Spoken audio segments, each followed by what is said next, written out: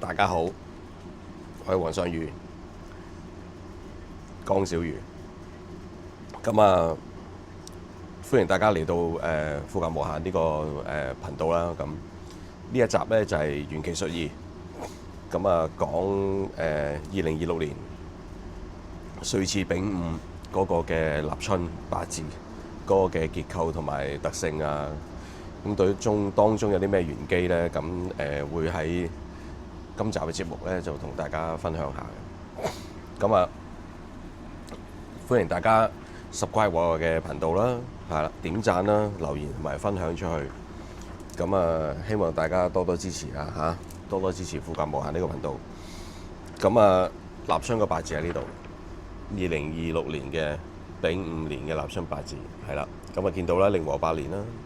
咁啊，公元嘅2026年，咁啊，立春呢就係喺呢個2026年嘅2月4號朝早凌晨4點鐘之後，係啦，咁啊會正式進入呢個丙午馬年噶啦。咁啊，見到年柱啦，丙午庚寅月，日主係己酉日嚇，咁啊時辰呢就比寅時。咁啊，好清晰啦！呢個係嘛？大家可以記一記啦。即係如果或者係啦，有用開即係論八字啊嗰啲咁嘅算命嗰啲 app 咧，咁啊輸入頭先啲資料咧，都會見到呢個四柱八字嘅組合噶啦。好啦，咁啊丙午年啦，係嘛？咁啊首先咧就睇翻，咁你見到咧，即係呢一個嘅係啦。呢個立春八字咧，其實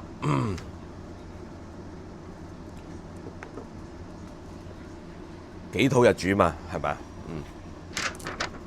己土日主嘛。咁我之前咧我都喺 Facebook 咧分享過當中嘅睇法嘅。咁啊，因為依家錄節目嘅時候咧，就係2025年嘅11月呢個嘅12號星期三嚟嘅。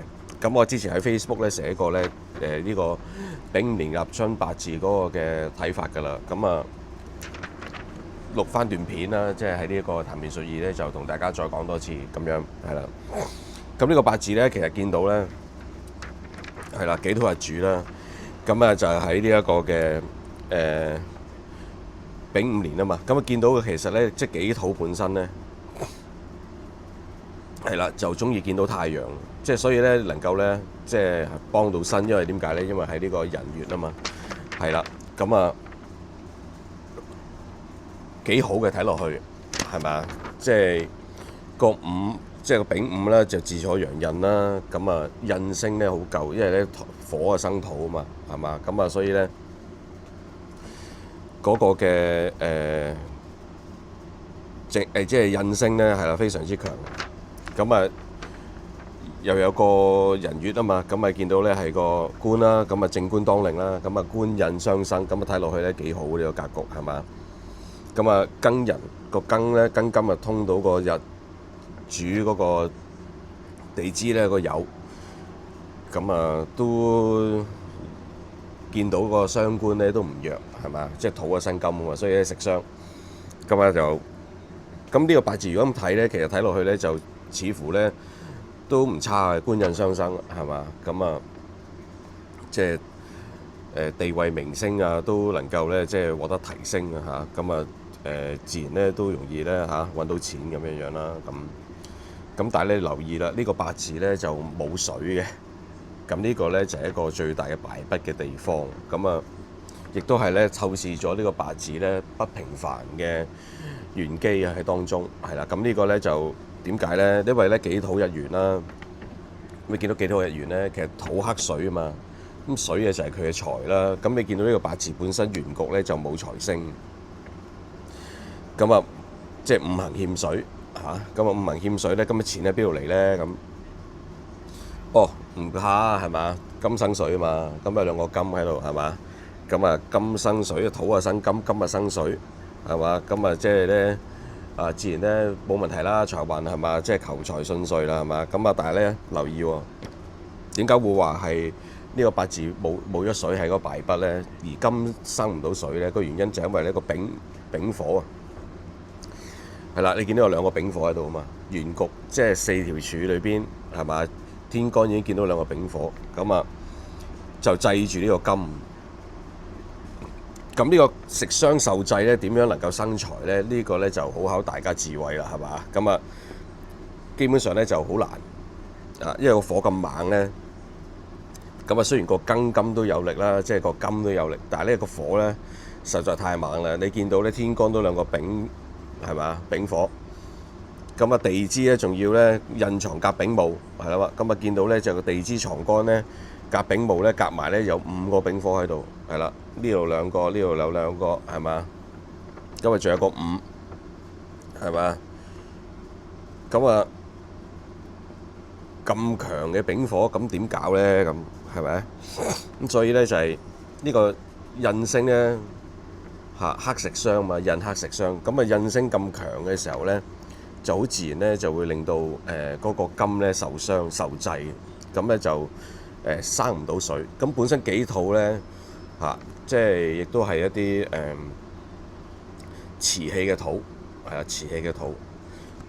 咁猛火咧就即係佢自己咧，即係雖然都係有印星符啦，但係因為嗰個即係火啊生土啊嘛。咁但係你土咧，即係喺咁燥嘅情況之下咧，即係因為周圍都係火，又冇一點水咧，咁燥嘅情況之下咧，咁咧就點樣生到金咧？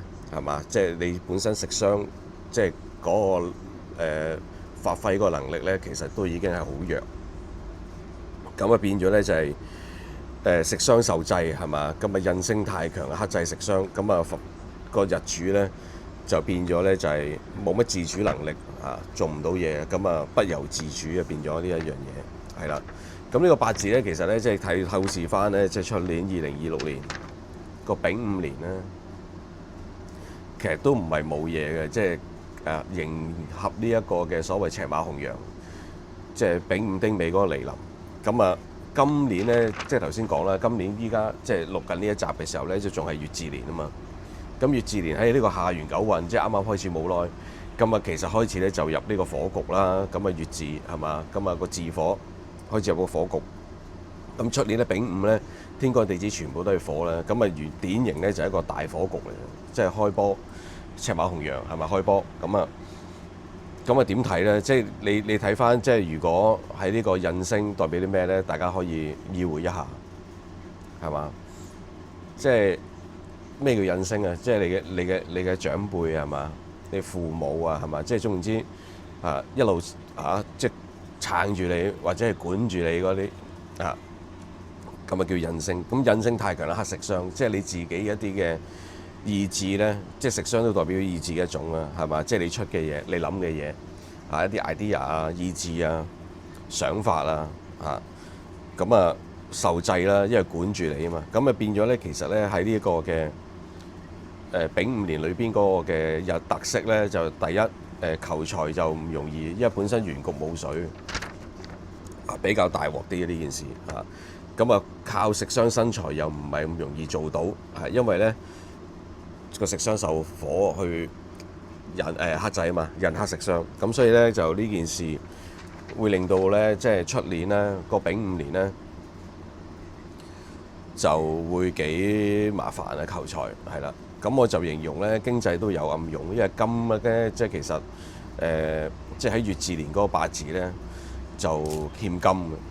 咁當其時候咧，我分析咧就係、即係西方咧外資啦，即係因為金都係西方啊嘛，咁啊外資就依然咧就冇翻嚟香港嚇，咁啊你見到個港股咧都係靠呢個大陸錢啦，即係所謂北水咧就撐起嘅，咁啊外資咧都依然咧冇乜點見蹤影係嘛，咁啊呢個亦都係即係喺乙巳年嗰個八字裏邊見得到嘅一啲啟示啦，咁同埋因為即係蛇年嗰個嘅八字咧，即係比劫比較多，咁啊就形成咧，即係我認為係呢個深港競爭。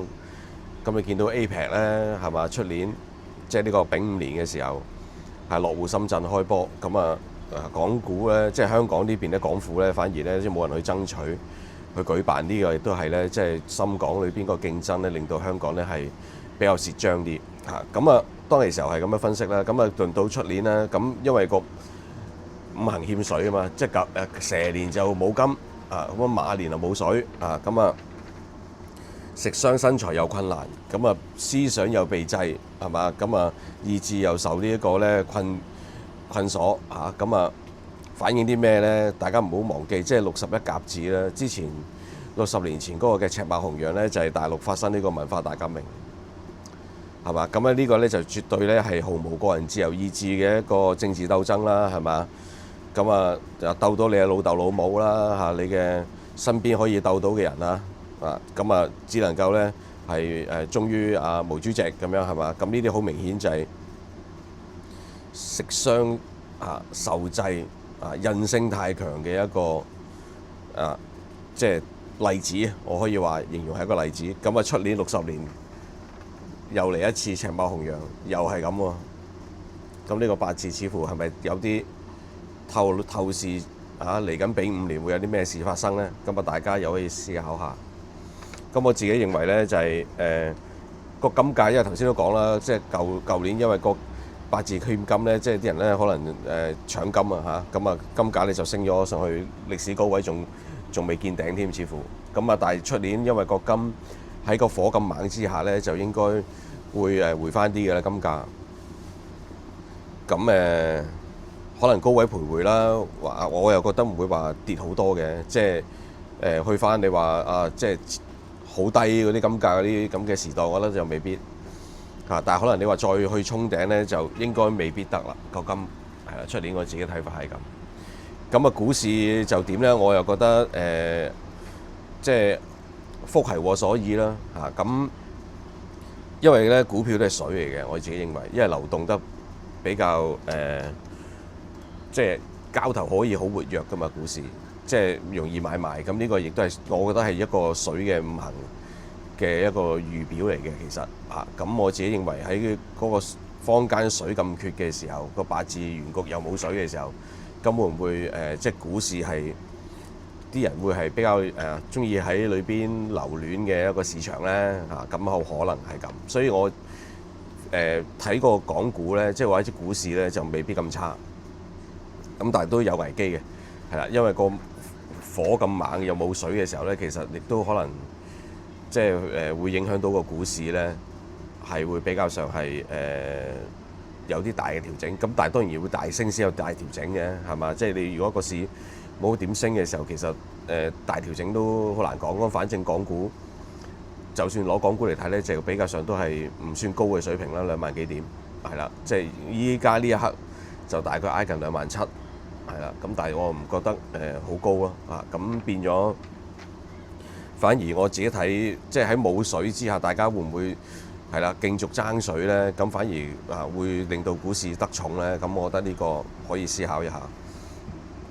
咁又去到赤馬紅羊嘅階段呢，咁頭先分析嗰樣嘢呢，即係呢個印刻食傷呢個密碼，咁會唔會係預表一啲嘅即係歷史會重演呢？即係有關於呢個政治鬥爭上面，咁有可能嘅。